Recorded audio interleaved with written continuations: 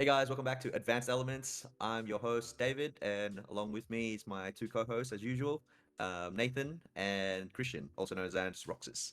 And today we're gonna do a recap of what happened at Worlds that happened over the weekend. So cool. Yeah. Before we get into that though, I just want to address the elephant in the room. Like, thank God we got rid of that placeholder ass name, the most placeholder name in existence. All right. Thank you to everyone that told us that the name was bad and we should change it.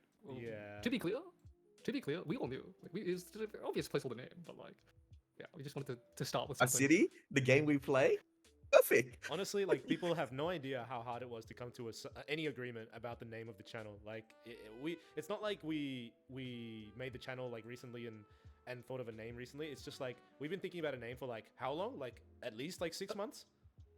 Even before we started the channel, The first legitimately. concept was Ascent Singapore, and we talked about names briefly, and this was the conclusion from Ascent Singapore that we tried to revisit like 4 times, and we never moved away from. The problem is that it's really hard to find anything that the three of us agree on in this game or outside of this game. And so when it came to names, it was the same thing. Where anytime we got 2 people liking the name, the third person was like, "That's the worst thing I've ever heard." So. Yeah. So we settled on Advanced Elements, and I think we were all somewhat satisfied. It covers all of us. There It was covers no all compromise of us. involved, and we will present a united front to the people. Yes. So you For know, once. that's who we are now. Anyway, the next topic, Worlds.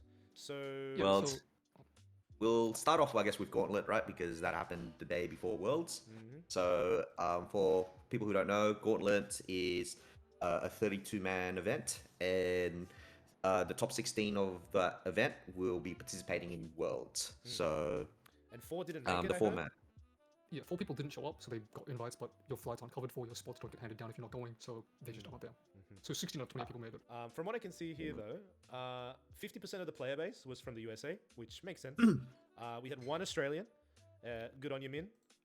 We see you. Representing, and he did very well overall in Worlds as well. So happy to see that. Yeah. Really good stuff. It feels good to like see someone that you know, like that you've played against, and do well. You know. I'm gonna put it out there. I've been as my rival in Fractal Insight, and I've got a positive win rate. So, I think we've played We're doing against good. each other like once or something.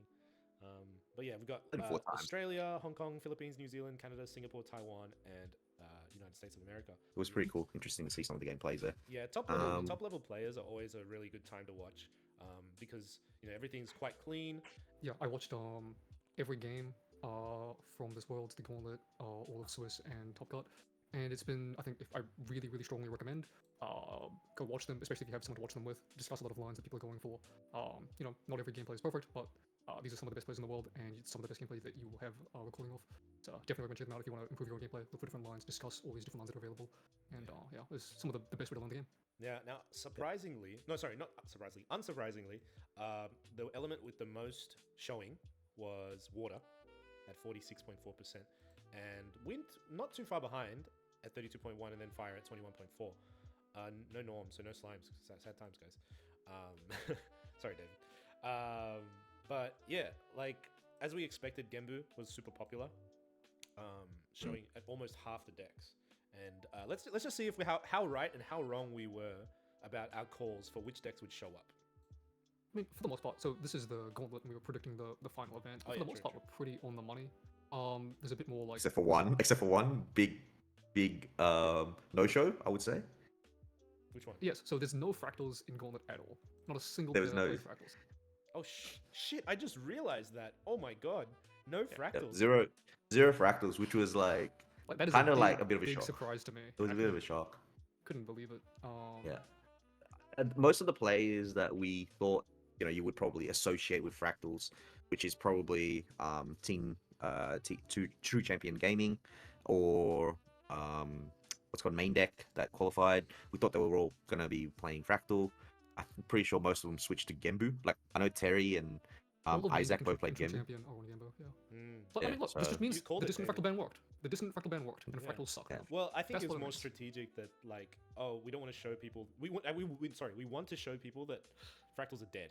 So we'll play fractals the next day in day 1 of Worlds, right? Yeah. I think David made the right call though. I think David said last time in our video that if they weren't going to play fractals, they would play Genbu. We clip that, just clip that, and just make that the video, and then we're all sweet. No. Sure. I think the format was really interesting because, again, 16 out of 28 people are making it, which means that the like the bubble score to get into 16th was 3-3-2. So if you won like, if you won 3 games, you could literally just take draws for the rest of the day, and you would make it in. So the deck choice here becomes really interesting because you only need to find a deck that can win you 50% of your games. And I mean, that's not easy. You need to win 50% of your games versus some of the best players in the world. But at the same time, I think like I can understand why people would be comfortable playing a deck that is maybe not their first preference for the deck that they want to run. Yeah, the deck that came first. I'm pretty sure Leo Blade playing Win Luxem Zan. I'm pretty sure he was 4-0. So he just, I'm pretty sure he just ID'd his way towards the other 4 rounds. So Yeah, I mean, that's so he cool. he just 4-0'd and ID'd the rest and still came first. Smooth sailing, man. Smooth sailing. Aqua Smooth went- sailing, yeah. Aqua in 3rd place went 3-0 and then ID'd 5 games in a row. So What? I don't know if he ID'd. Wait, did he ID? he has Let 0-0 me- draws. There's 0-0 draws with everybody all the way down. Wow. Okay, he ID'd the way. And Yeah. he came third. mean, That's insane. Maybe he had an actual draw with one of those players where they tried to play a game and they. But like, if you just look at the matches for all the players, like there's so many draws because there's just no reason to play. Like there's no prize difference between 1st and 16th as far as I know. So like, as Yeah, long as you're no. locked, you just. So I guess. I don't even know if they showed up to the table. It's just, we just ID. We just go grab lunch. Like. So I guess like you just need 3 wins. You just need 3 3 wins. wins. 3 You wins. need to win is 3 it- wins and no losses. Like 3 wins and no. 3 wins and What was less the than 2 cutoff losses. score? The 3, cutoff 2, 3. score. So Yeah, 3-3-2. 3-3-2. So that is 11 points. Yeah, 2 players that I wanted to get through Gauntlet and make it into Nats was Min and Zev Divx. And unfortunately, they were versed playing each in other. the last They round. versed each other in the last round. Yeah. And yeah, that was a game I actually watched thoroughly because I wanted to see how it goes. And yeah, look, That's a game that I think everyone in props to Australia Zev. Props to Zev. He played Crux. My boy. He's Yeah, I really, that was a tough one because I wanted both of them to win as well. Like, we've met them before, we've talked to them, and we know both of them. So, like, yeah, it was a hard one to watch. Yeah. I think, but like, there was no surprise of what decks went through, like what decks did well. There was nothing there. I guess the one thing we can talk about that was a bit of a left field choice would have been Jin by the man, the myth, and didn't do too well. I'm pretty sure, with half your field being Genbu, Jin wasn't going to do well, but that was probably the only surprising choice. I mean, out yeah, of we saw it at Worlds. Well, the event before Worlds, but I wasn't putting Jin on my bingo list for decks that would show Yeah, up. so I It's a think crazy meta choice. I mean, if it worked, we would call them a genius, but like, Yeah. it's just unlucky. And cool. aside from that, so we got Genbu, Luxem Assassin, Astra, Shadow Strike, Fire Aggro, Water Allies, Suzaku, Wind Allies. So basically everything that we talked about that would show up at Worlds, not at Gauntlet, showed up except for Fractals, and Crux showed up instead of Fractals. So But none Yeah, of the Crux yeah. players made it. yeah. Good attempt. though, Sad. Good attempt. sad. I wonder if they, would have made different choices. I mean, I would say like 90% of players would change their choices, I think, if they could. I mean, we can get into it. So if you move to the actual World Swiss stage, you'll find that there is suddenly, out of nowhere, a lot of Fractal players. They And came out of the hidings, like surprise. it's a curious thing because maybe people found out between Gauntlet and Swiss that Fractals is broken, but I suspect some people were hiding their decks, and it makes me wonder like how many people were hiding their deck and didn't make it out of the Gauntlet. And how hard would you be kicking yourself if you were like, I'm gonna save my secret deck? Would and you you be didn't make hiding it? your deck though? Like, if I ask you the question now, like, if you were Definitively, would I you think you be? can see that like there are a lot of people that did hide their decks. But can like, see I'm definitely saying you can be. guys, like, if you guys were made into Gauntlet, would you have jammed Christian? Would you have just jammed Ryan Gauntlet and been like, this is Oof. this is Ryan Gauntlet versus 100 Gembus? I'm not sure about that. But would I hide my deck? I'm not sure I would, to be honest. I think I would just play the deck that I was going to play and do some sort of like reverse psychology thing, be like, oh, if I'm on this deck for Gauntlet, which deck will I be on tomorrow? Unless people know me really well and they're just like, this is the only deck I can play, right? So I think as an individual, it doesn't make a lot of sense because I don't think people knowing what you specifically is going to play is going to swing the meta choice that much. Yeah. Like if people find out that I'm on some weird deck, like maybe they add a different card to the sideboard. If my deck is really vulnerable to that type of counterplay, I might want to hide it. But like, true champion and main deck, all of their teammates hid the deck for the Gauntlet. And I think that makes a lot of sense because they're actually a significant portion of the field. And if you know what they're on, like, there's a good chance that all of them being on Genbu made some people put in Brackish Ludist or Sense of Restful Peace into their deck for the Swiss stage. And then they switch their decks, and it's a legitimate thing because if you think that there is they have 7 or 8 people in Worlds, like, that's a sizable enough of the field that it might actually make me want to change my deck because I know what they're playing. yeah, Mm. exactly. So yeah, Yeah. I wouldn't change it for myself personally. You would play the same deck in Gauntlet as you would for him. Most Same as likely. you, Nathan. I'm guessing. I mean, it depends. I think if I am confident enough on multiple decks, like I think I would play a deck that I'm pretty confident in for Gauntlet, and then going into the next day, I think I would probably pick the deck that I would be most confident for Gauntlet, and then the next day, depending on how I feel about my meta read, I might change decks, or I might stick to the same deck. Mm. But it would be very in the moment, I think. Yeah, like again, yeah, it's all like obviously we're not there. Yeah. But I think I would have probably hidden my deck. I think I would have. But I don't think You would have brought Jin as a lot well. of my no, I wouldn't have brought Jin, but I think I would have teched out. I would have like played very simple decks. Like I think I wouldn't be playing anything complicated. Let's But you just put wouldn't it be that way. scared of like scrubbing out and then totally regretting it. No, because I would be comfortable. Like I'd be comfortable with my deck choice. I think that's the way I look at it. Like as long as I'm comfortable with both my decks, which I would be, I think it's fine. Okay. Yeah, I mean, I It's think I would be like- playing. I would be switching between like two decks of similar power. So if I scrub out, it's like, well, the other deck probably is a similar thing. The decks I like to play tend to kind of have like a deck that is an instant loss in a sense. You would normally think like if I play Win Allies, like I don't want to verse the Arisana plays and things like that. Vice versa. If I was playing Win Gorger, I don't want to verse the Assassin plays kind of thing, like the ensnaring fumes decks and stuff like that. So and I think if I looked at it, just going like who I know is in the Gauntlet, I would be like, look, there's one person here I think is gonna be on Arisana. I don't think any other person here would have been on Arisana. I think I would have played Win Allies for that.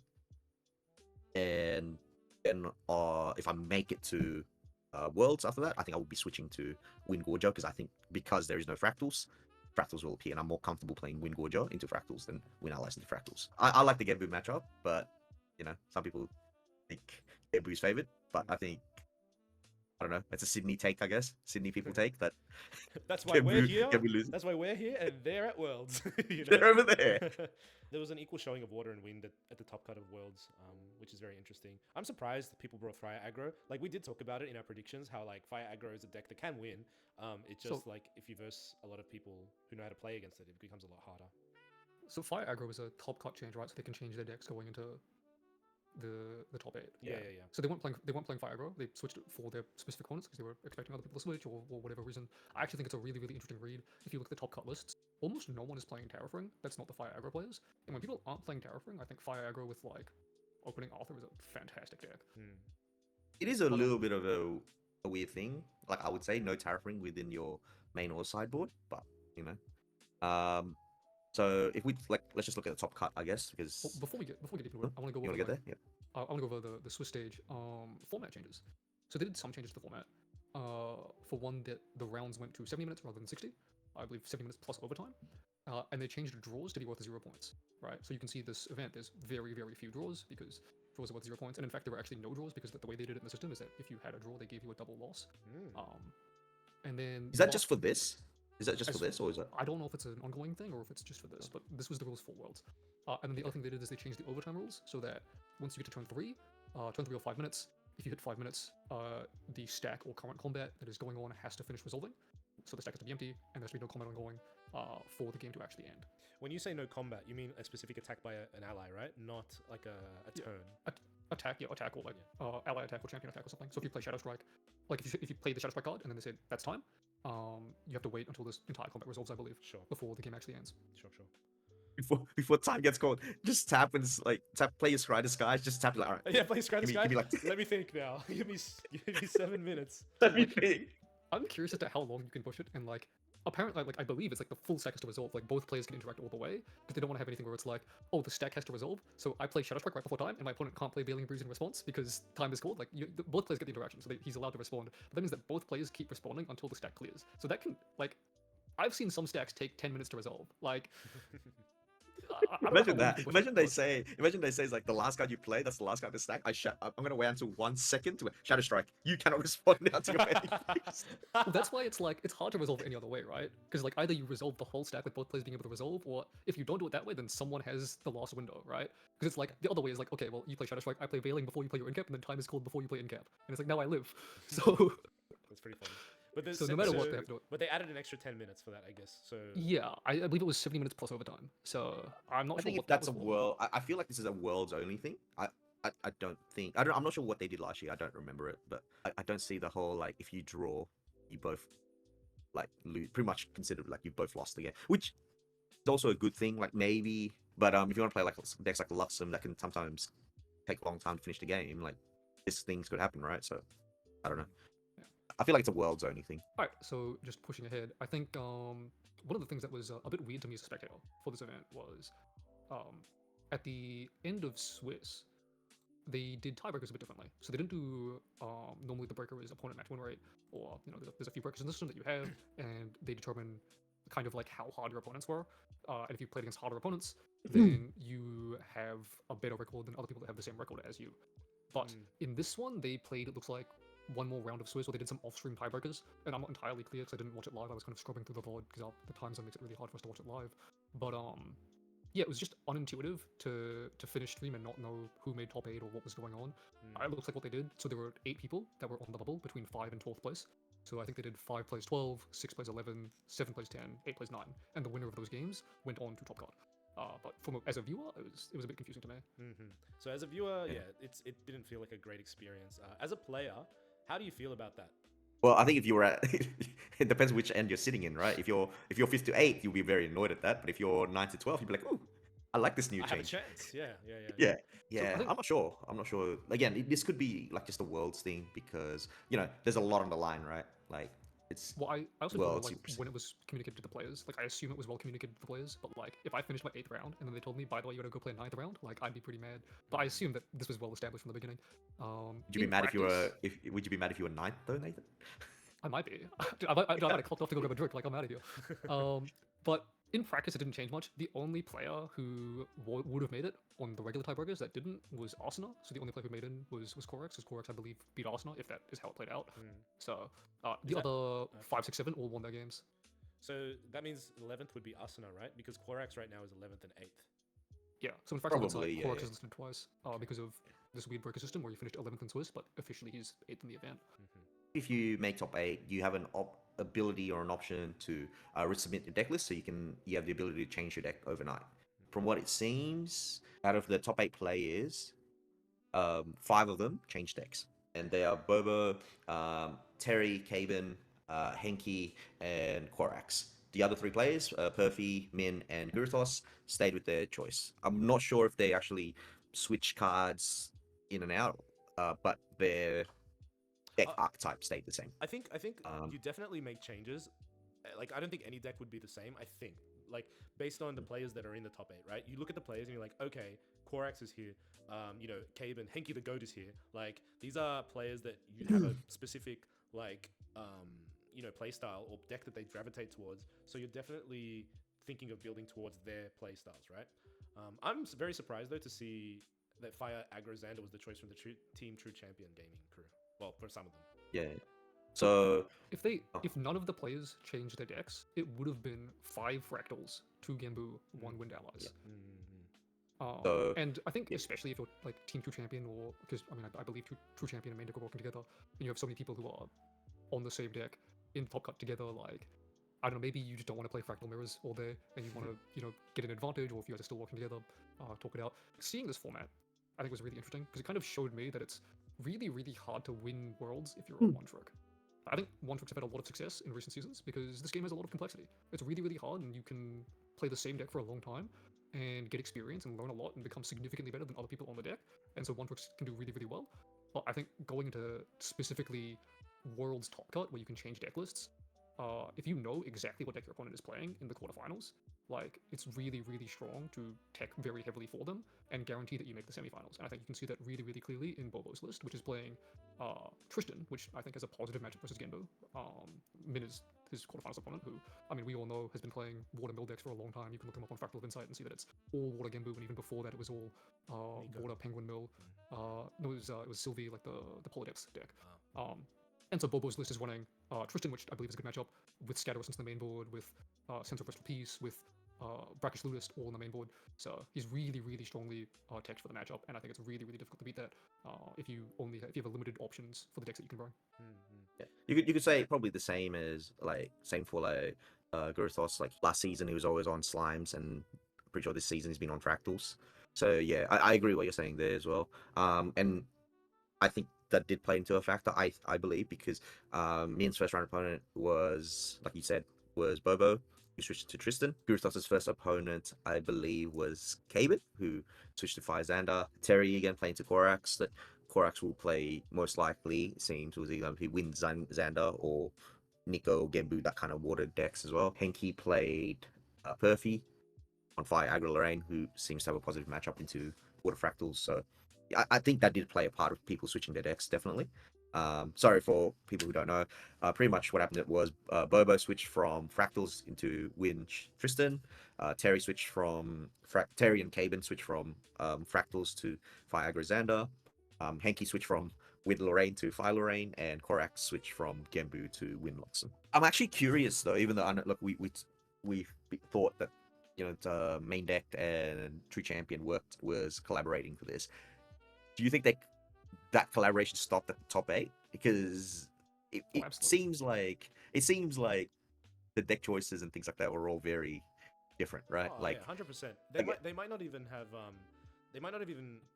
collaborated for Worlds at all. Like they may have practiced a lot, but they probably they collaborated in terms of practice. But I think they might have held back on what they were going to bring, unless like main deck probably stuck with main deck, Team True Champion with Team True Champion. But if they didn't, they definitely would have, I think, in top 8, like 100%. You don't just be like, I'm playing this when in a format where people can still build their decks around you. You know, it's not. Yeah, I mean, I don't care how close you are, as almost even with your own team. Like, if it's top 8 and you can want the other person to win, you can talk about the best decks and stuff still. But like, if you're on the same side of the bracket, like if I'm playing one of you guys in quarterfinals of top 8, like I don't think we're talking to each other about what decks we're bringing, because only one of us is making it to the next day. Yeah. So yeah, you'd be just like, good luck, sir. Hope you make the right call, or I hope I make the right call, and see you later, dickhead. I hate you. Yeah. We are enemies. Like, look, if I don't win, I want you to win. But in this one But moment, like this is, like I want to win more, and it's just how it is. It's the nature of competition. Yeah. Don't worry. If me and Christian are rooming together, he's getting no sleep that night. I'll tell you that right. David Strat, the David sleep strat.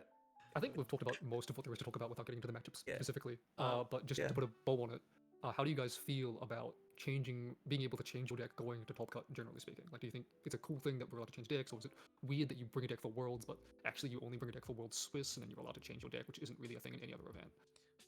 I like it. I personally like it. Yeah. It's like like a Beyblade. Like you get to play with Beyblade and then switch it.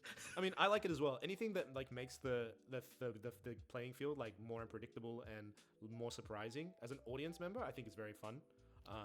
As a player, I also think it's very. I think most people like it because no one's forcing you to change decks anyway. You can still play the same deck that you want, and you get what you want. And I feel like it adds an extra element of decision making that is by no means, if you mess it up, a super bad thing. I think the people who did change decks aren't going to be like, oh my god, I made the biggest wrong decision of my life. So I feel like overall it is a good thing. Yeah, I mean, I think it's really interesting. I think it was really cool this year to see Fire Aggro go from not really expecting to be a super relevant deck in the top cut to it's 50% of the top cut or just under. Yeah. So that was cool. I do worry about like for the players at Worlds, like especially if you have to travel to go there, how easy it is to change decks last minute, how many decks you do bring, all of this kind of stuff. But aside from the logistics, you have a list beforehand. I think you would have. I think it's like something that you would have to have. So you bring like 8 decks? Do you reckon they all brought like 8 decks with them or something? Or I don't think it's 8 decks. I literally think like you would have had about 3 decks. I would say 3 decks. Yeah, but then like, what if you don't bring the right one for the top 8? Well, pick the best one out of the 3, like, or go buy cards or borrow cards from people. Like, and what just if be like, hey man, like what if the top 8 is all like Wind Arasanas and I want to play? I don't know. Gembu's not a bad option, but shout out to Merlin's Marketplace. Just, I guess. I don't know, like legit. I think it's fine. Like I agree though that it's a good thing that Xander or Fire Aggro made a showing. That was not on my like bingo list for decks that. Well, this is technically not a deck. These aren't decks that topped except for Henki the Goat. Oh, no, Henki played Wind as well, right? Wind, yeah. No. Sorry. So well, technically, Fire Aggro didn't top, but so we so were right.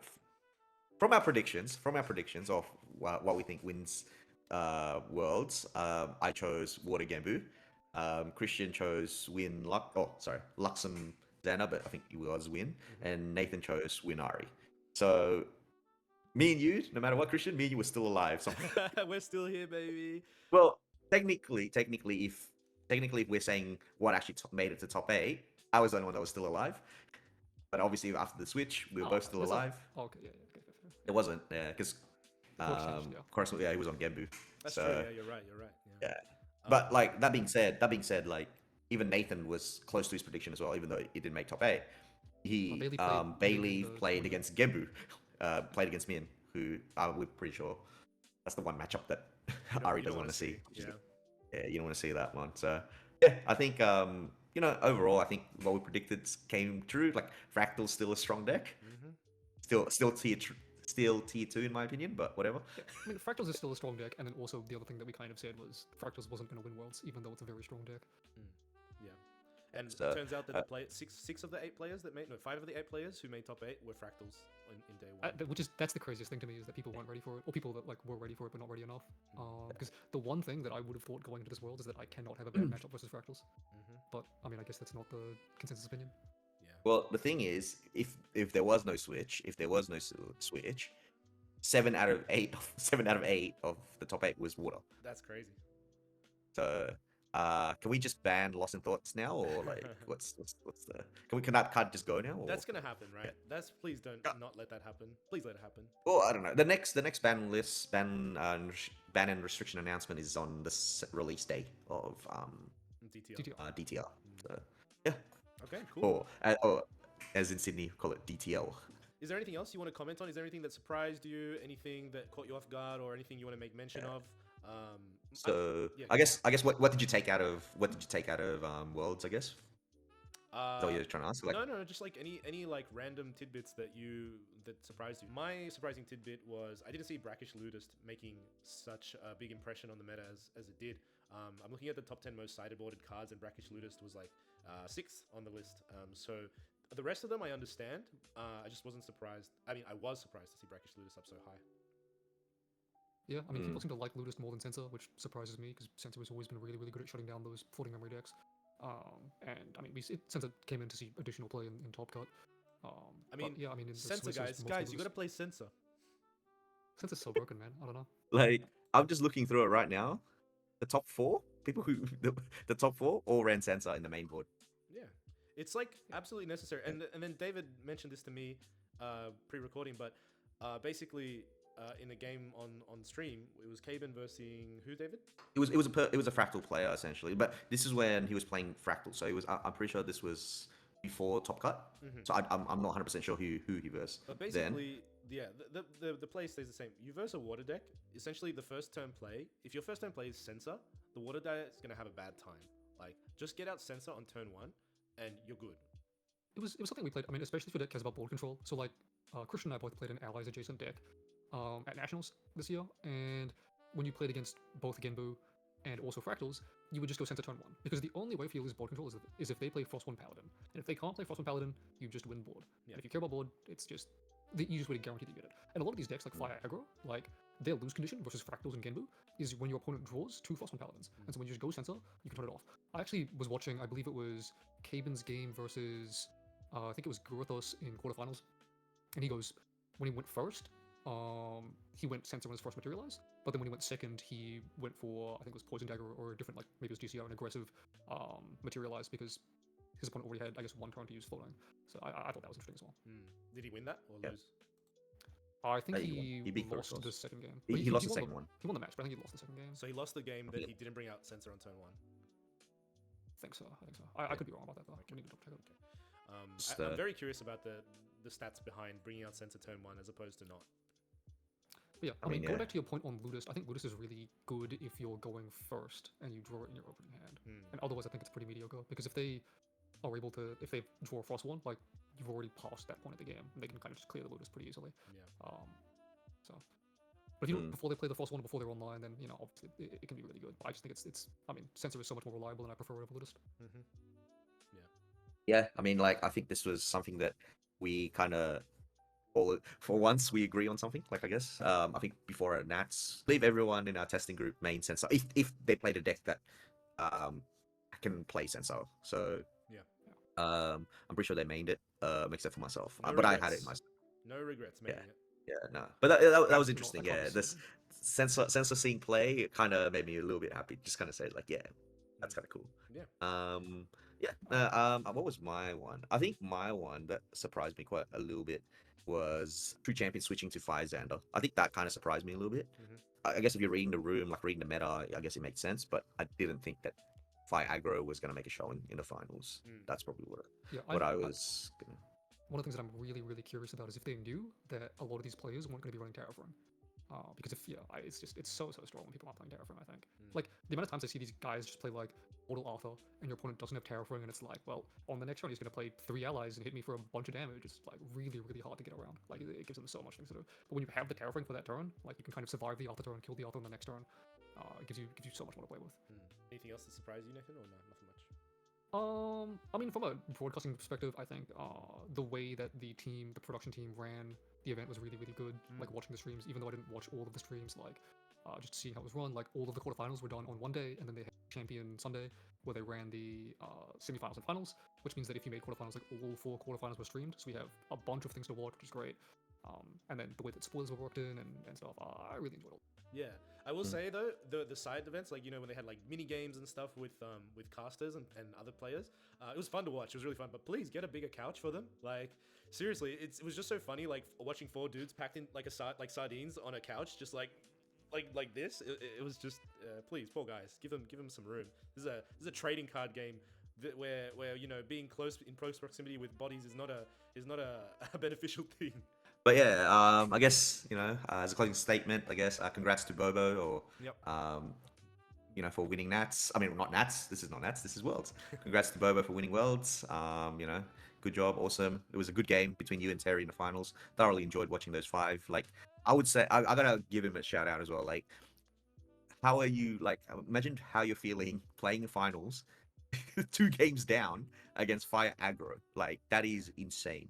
Like 2 games down against Fire Aggro, knowing that for you to win, Fire Aggro gets to go first twice again after. Like, yeah, that's like scary. props to him. Like, that is actually like super. Yeah, I was just like if that was me, because I was just thinking about it, like watching that game. I'm like, man, if I was 0-2 down, like I understand losing the first game because Terry was able to go first. Losing the second game, I would have been like, man, like I'm just gonna get 3-0'd here right now. Yeah, like a little bit. Props to him. So I think it's fantastic. Like, Halo, the storyline is always a good time. But I think like if you're in that position, like the Tristan versus Fire Aggro matchup is pretty favored towards Tristan. So I think I would still believe like that's still definitely possible. But like, yeah, man, it's definitely not as comfortable as when you start the game at the beginning. I don't think Tristan's favored into Fire's aggro, to be honest. That's as a Tristan player, I don't think it is, but I would say it has a really good matchup. I'd say. I feel. I mean, congratulations to Bobo, 100%. I hate to be on Terry's side of the things. Like being 2-0 up and then having to lose 3. Both players very deserving of the victory. I think I had the pleasure of playing Terry at Oceania Nationals. Very nice guy. I showed up late to our match because I was downstairs getting a coffee. And Nathan just comes running down to the cafe and he's like, "Get the hell up there! You're late." And I was like, "Fuck!" And I just ran to see Terry. I was like, "I'm sorry." And he was really chill about it. So that was my Terry's cool. Terry's cool. We've never met Bobo yet, but I'm sure we've talked to Dan as well. Seems like a really cool guy as well. So yeah, congrats. It was. Speaking of Dan, I believe Bobo winning was predicted on the recollection step. So maybe Dan's right about some other things, like maybe Spectrometer was a better card than everyone thinks. Yeah, so that's it for our discussion. So if you guys got any comments, please leave a like and comment down below and subscribe to our channel. But yeah, until next time, see you guys later. Take care. Ciao. Bye.